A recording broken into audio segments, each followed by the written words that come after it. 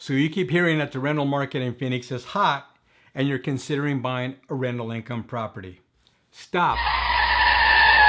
I've got 3 things you absolutely must know before taking the next step. Danny Talks Real Estate starts now.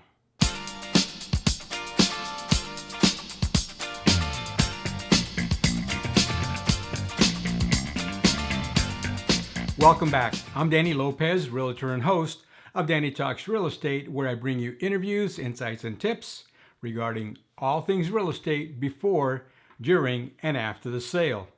Please consider subscribing to my YouTube channel and click the notification bell as I do upload new videos every week on Thursdays.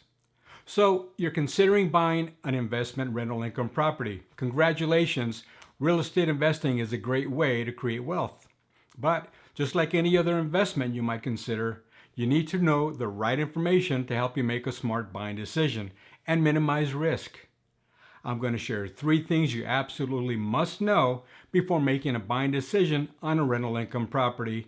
And if you stay to the end, I'll give you a huge bonus tip that most newbies aren't aware of. But let's get started with number 1, NOI, or net operating income. Your net operating income is your projected gross annual rent minus your total expenses. And your expenses, I mean your taxes, insurance, HOA fees, utility fees, lawn, trash, pool service, and maintenance fees, your vacancy reserve, and your property management fees. And I would strongly encourage you to have a property management company manage your rental property. And if you click the link above, you'll learn why I would encourage you to use that property management company. So reason number 2 is your cap rate. The cap rate is also referred to as the yield.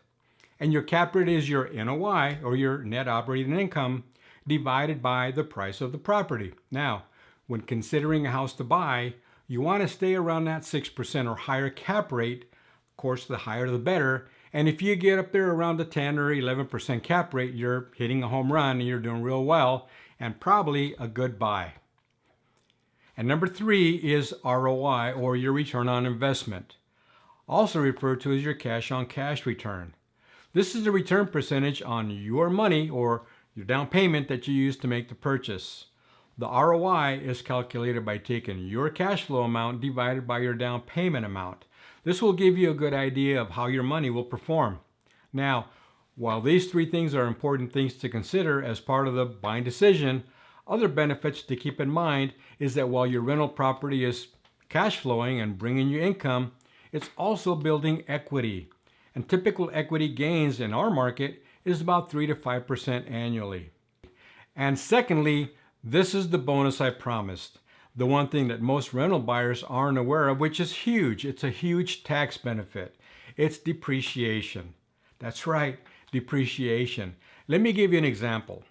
So you buy a house for, let's say, $200,000. You deduct the land value from that $200,000, and we'll say in this example, the land value is $25,000.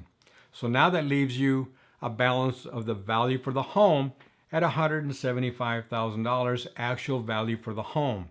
You take that amount and divide it by 27 and a half years, and that's going to give you a number of around $6,360. You can take that $6,360 at the end of the year right off the top of your tax liability. You can talk to your CPA, but that's a huge tax benefit that most people don't consider. Well, I hope this has given you some good insight on things that you need to consider when buying a rental investment property.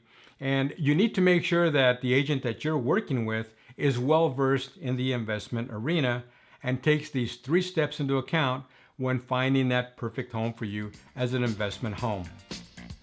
Well, that wraps up episode number 27 of Danny Talks Real Estate. Please remember to subscribe to my YouTube channel, like and share on Facebook, and keep those questions and comments coming. I'm happy to respond. Remember, when it comes to real estate, experience matters. Until next time.